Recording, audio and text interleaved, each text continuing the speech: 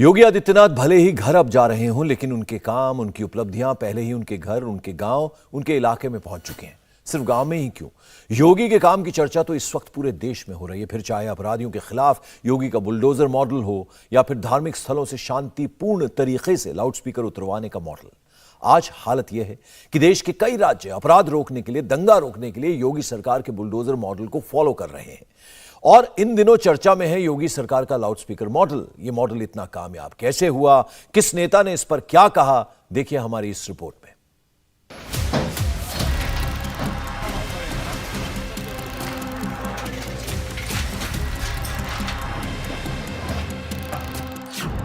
बरकरार है बाबा के बुलडोजर का डर।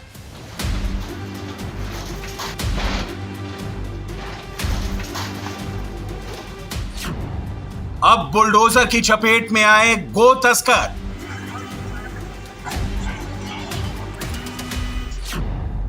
ना बचेंगी अपराधियों की दुकानें, ना बचेंगे घर।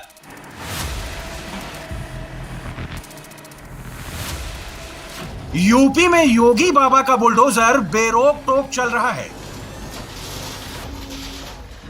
जो भी अपराधी हैं, जो भी माफिया हैं, जिसने भी क्राइम करके इलीगल प्रॉपर्टी बनाई है, उन सबके घर और दुकानों पर बुलडोजर का एक्शन जारी है।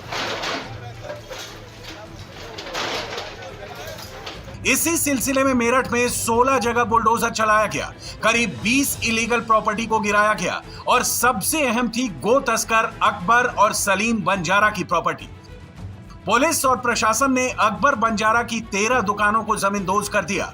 मेरठ के लेसाड़ी गेट थाना इलाके में बंजारा भाइयों ने समर गार्डन में करोड़ों रुपए की जमीन खरीदकर मार्केट बनाई थी। करीब 300 गज में बनी ये प्रॉपर्टी पूरी तरह से इलीगल थी। इसके लिए प्रशासन की तरफ से पहले नोटिस भी जारी किया गया था, लेकिन कोई जवाब नहीं दिया गया। और आज बाबा का बुलडोजर समर गार्डन इलाके में पहुंचा और सभी 13 दुकानें ध्वस्त कर दी। ये 13 दुकानें हैं मिस्टर अकबर की, और इन्होंने बिना नक्शा पास कराए अवैध निर्माण कर लिया था। इनको नोटिस वगैरह दी गई, सुनवाई का मौका दिया गया, लेकिन कुछ भी इन्होंने उसके बाद इसको सैंक्शन या कंपाउंड करने का प्रयास नहीं किया। तो आज ये एक अभियान चलाकर प्राधिकरण ने इसका ये 16 जगह आज पूरे शहर में चल रहा है प्राधिकरण का अभियान। हर सब जोन में एक चल रहा, 16 जगह बुलडोजर चल रहा है। बंजारा भाइयों की इन दुकानों को गिराना इतना आसान नहीं था। इसकी वजह यह भी कि बंजारा भाइयों का कनेक्शन बहुत तगड़ा था। आप भी बंजारा भाइयों के बारे में जानेंगे तो ये जानकर हैरान हो जाएंगे कि मेरठ के रहने वाले अकबर बंजारा और सलीम बंजारा ने किस तरह नॉर्थ ईस्ट के स्टेट तक अपना गो तस्करी का कारोबार फैला दिया। अकबर और सलीम बंजारा मेरठ के फलवदा इलाके के रहने वाले थे। बंजारा भाई भारत और बांग्लादेश के बीच गो तस्करी करते थे। असम पुलिस को लंबे समय से बंजारा भाइयों की तलाश थी। बंजारा भाइयों पर असम पुलिस ने 2 लाख रुपए का इनाम भी रखा था। 13 अप्रैल को यूपी पुलिस ने अकबर और सलीम बंजारा को गिरफ्तार किया। असम पुलिस मेरठ आकर बंजारा भाइयों को अपने साथ कोकराझार ले गई। बंजारा भाइयों को गिरफ्तार करने के लिए असम पुलिस ने यूपी पुलिस को 2 लाख रुपए का इनाम भी दिया। 19 अप्रैल को असम के कोकराझार में हुए एनकाउंटर में बंजारा भाई मारे गए। बंजारा भाइयों से जुड़े उग्रवादी संगठनों ने पुलिस टीम पर हमला किया था। पुलिस टीम पर हमला करके बंजारा भाइयों को छुड़ाने की कोशिश की, लेकिन एनकाउंटर में अकबर और सलीम बंजारा ही मारे गए। गो तस्करी से बंजारा भाइयों ने 100 करोड़ से ज्यादा की काली कमाई कर ली थी। उसी काली कमाई से अकबर और सलीम बंजारा ने मेरठ में इस तरह की इलीगल प्रॉपर्टी बनाई थी, जिन्हें आज गिरा दिया गया। बहुत सारी अवैध कॉलोनी बन रही हैं, तो एक जेसीबी जो अभी तक चलती थी वो ना काफ़ी थी। इसलिए अब 16 जो हमारे सब जोन हैं, 4 जोन हैं, 16 सब जोन हैं, सभी 16 सब जोन में एक जेसीबी दे दी जा रही है, बुलडोजर दिया जा रहा है। और जो जिस तरीके से आम लोगों के साथ, शरीफ लोगों के साथ में ये बिल्डर या प्रॉपर्टी डीलर अवैध कॉलोनी बना के उनके साथ एक तरीके से अत्याचार करते हैं, उनको धोखा देते हैं, उस पर सख्त कार्रवाई की जा सके। और साथ ही जिन लोगों ने सरकारी ज़मीन को अगर प्लॉटिंग करके काट दिया, तो ऐसे 3-4 प्रकरण अभी तक पकड़े हैं, जिनमें FIR दर्ज हो गई है और गैंगस्टर की भी कार्रवाई की जाएगी। और आगे भी ऐसे सारे मामलों को खोल के उनको, प्लस ऐसे जो अधिकारी उत्तरदायी हैं, कर्मचारी उत्तरदायी हैं, उनके विरुद्ध भी बहुत सख्त कार्रवाई की जाने की जरूरत है। हालांकि कई लोग ये भी आरोप लगाते हैं कि योगी सरकार का बुलडोजर मजहब देखकर चलता है। एक धर्म विशेष की दुकानें और घर ही बुलडोजर से गिराए जाते हैं। लेकिन इस तरह के आरोप कितने गलत हैं, इसका सबूत आज मेरठ में ही मिल गया। आज अगर प्रशासन ने अकबर और सलीम बंजारा की 13 दुकानें गिराई, तो मेरठ के बिजली बम्बा बाईपास पर नीरज मित्तल की 10 फुट ऊंची बाउंड्री वॉल और गार्ड रूम, जोन बी में ओम प्रकाश यादव की बागपत रोड पर 2 दुकानें और दीपक कुमार की भी 2 दुकानों पर बुलडोजर चलाया गया। ये 2020 में ये 5 दुकानों का निर्माण किया जा रहा था, जिस पर चालानी कार्रवाई की गई। उसके बाद इसे रुकवाने के लिए सीलिंग की कार्रवाई की गई, सील करके इसको अभिरक्षा में भी दिया गया। लेकिन ये निर्माण लगातार हो रहा था, तो अब इसको ध्वस्तीकरण का आदेश पारित किया गया। पहले पुलिस फोर्स भी मांगी गई थी, जब नहीं मिली थी, आज पुलिस फोर्स उपलब्ध हो गई तो इसको तोड़ दिया गया। कितनी दुकानें थी सर? ये 5 दुकानें थी। कारण क्या तक क्यों गिराई? मतलब ये अनऑथराइज बनी हुई थी, बिना नक्शा पास किए हुए बनाई। कितने और इस तरह के चिन्हित हैं जो इस तरह के काफी चिन्हित हो रहे हैं, सब धीरे धीरे कर सभी चिन्हित किए जा रहे हैं, कार्रवाई की जा रही है। बाबा का बुलडोजर ये नहीं देखता कि जिस इलीगल प्रॉपर्टी पर एक्शन हो रहा है वो किस मजहब के, किस जाति के शख्स की है।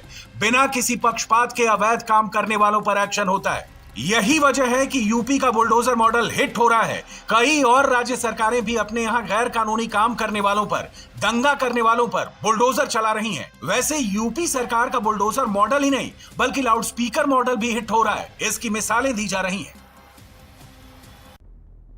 योगी सरकार के लाउडस्पीकर मॉडल की कामयाबी की सबसे बड़ी वजह यह है कि इसके लिए किसी तरह की जोर जबरदस्ती नहीं की जा रही है, किसी तरह का भेदभाव नहीं हो रहा है।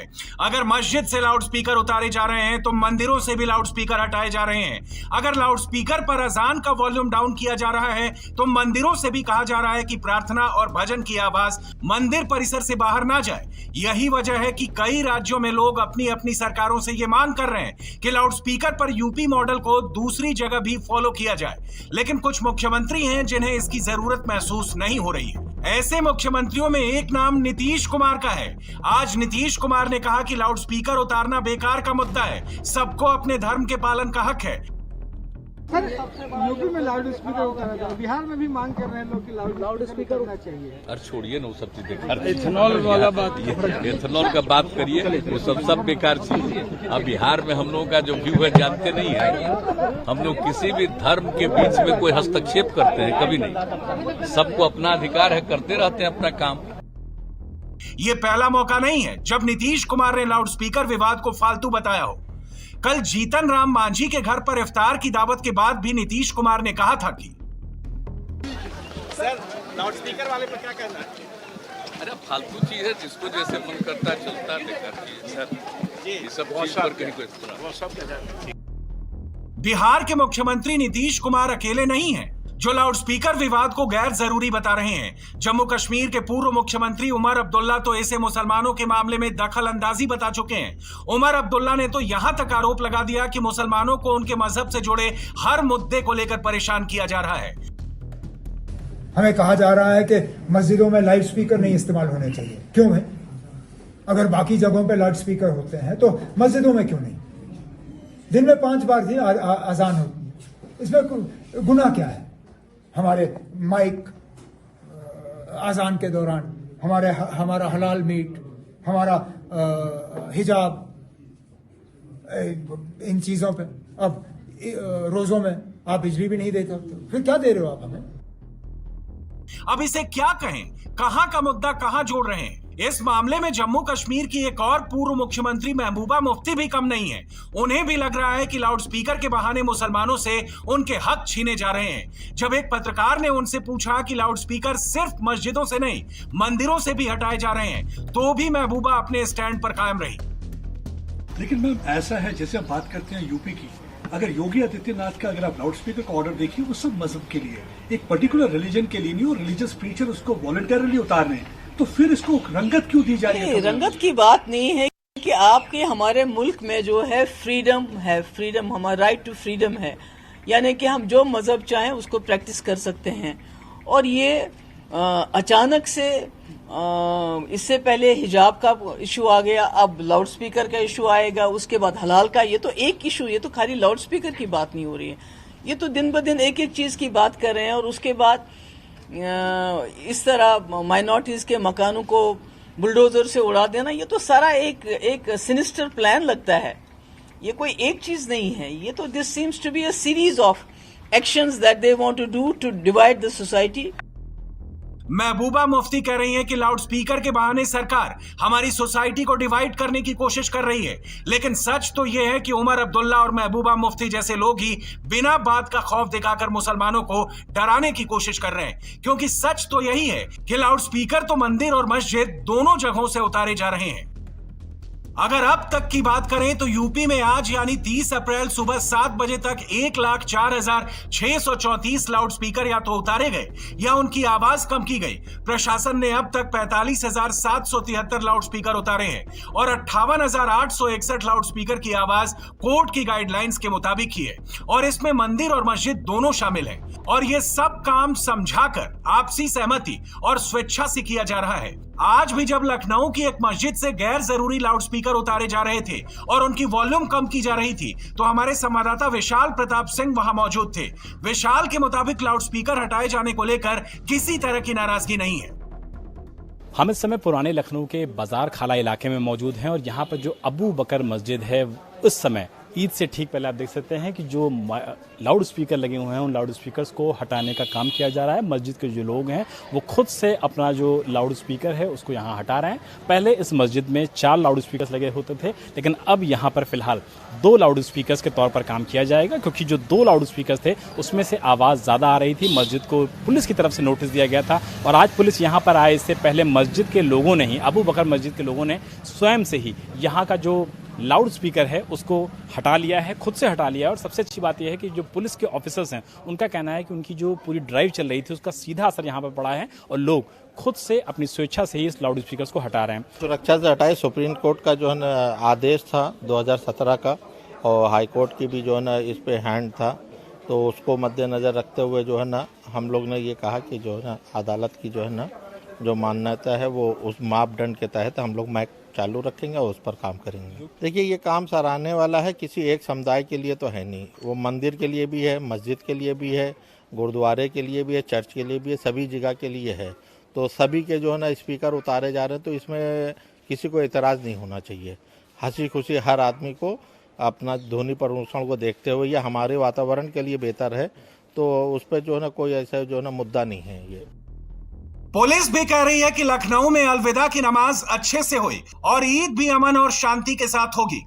यूपी में लाउड स्पीकर पर एक्शन के लिए 30 अप्रैल तक की डेडलाइन तय की गई थी।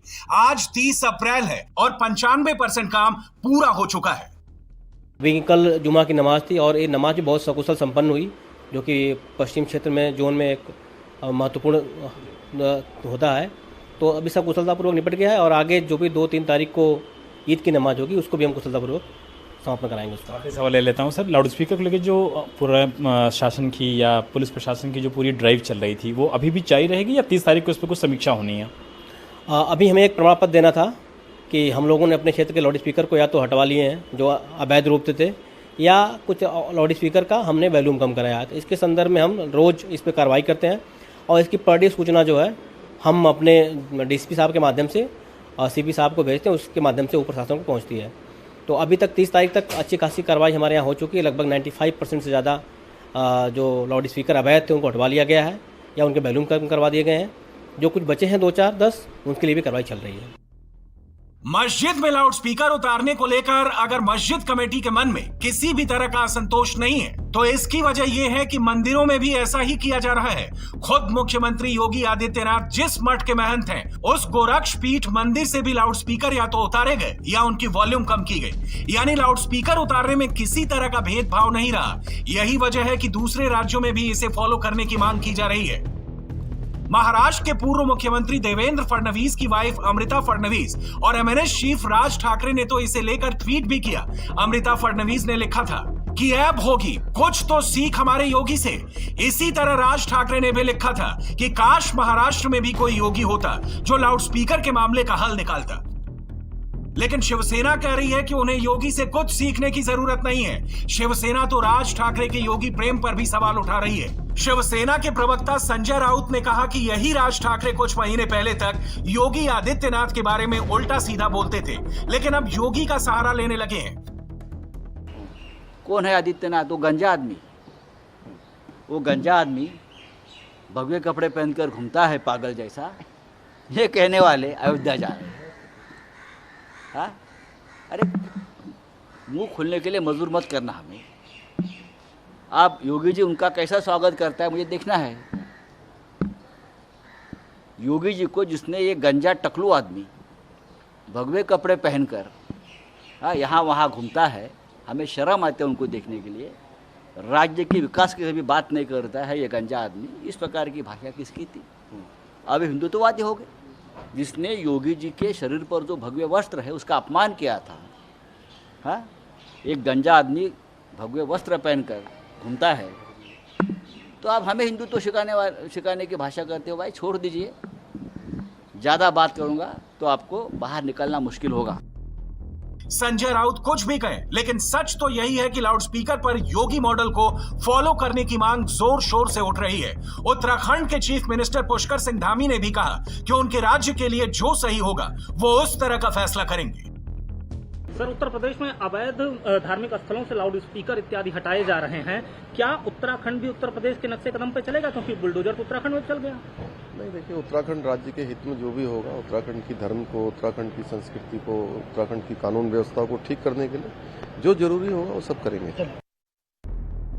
उत्तराखंड सरकार या फिर दूसरी राज्य सरकारें धार्मिक स्थलों पर लगे लाउडस्पीकर्स को लेकर क्या फैसला करते हैं, ये तो उस राज्य के सियासी समीकरणों पर डिपेंड करेगा। लेकिन इतना तो तय है कि योगी आदित्यनाथ ने लाउडस्पीकर विवाद का हल जितने शांतिपूर्वक तरीके से निकाला, वैसा करके उन्होंने दूसरे राज्यों के लिए एक बहुत बड़ी लकीर खींच दी है। इंडिया टीवी हर वक्त हर जगह डाउनलोड करने के लिए सर्च करें India TV news Google play store या ऐप स्टोर पर।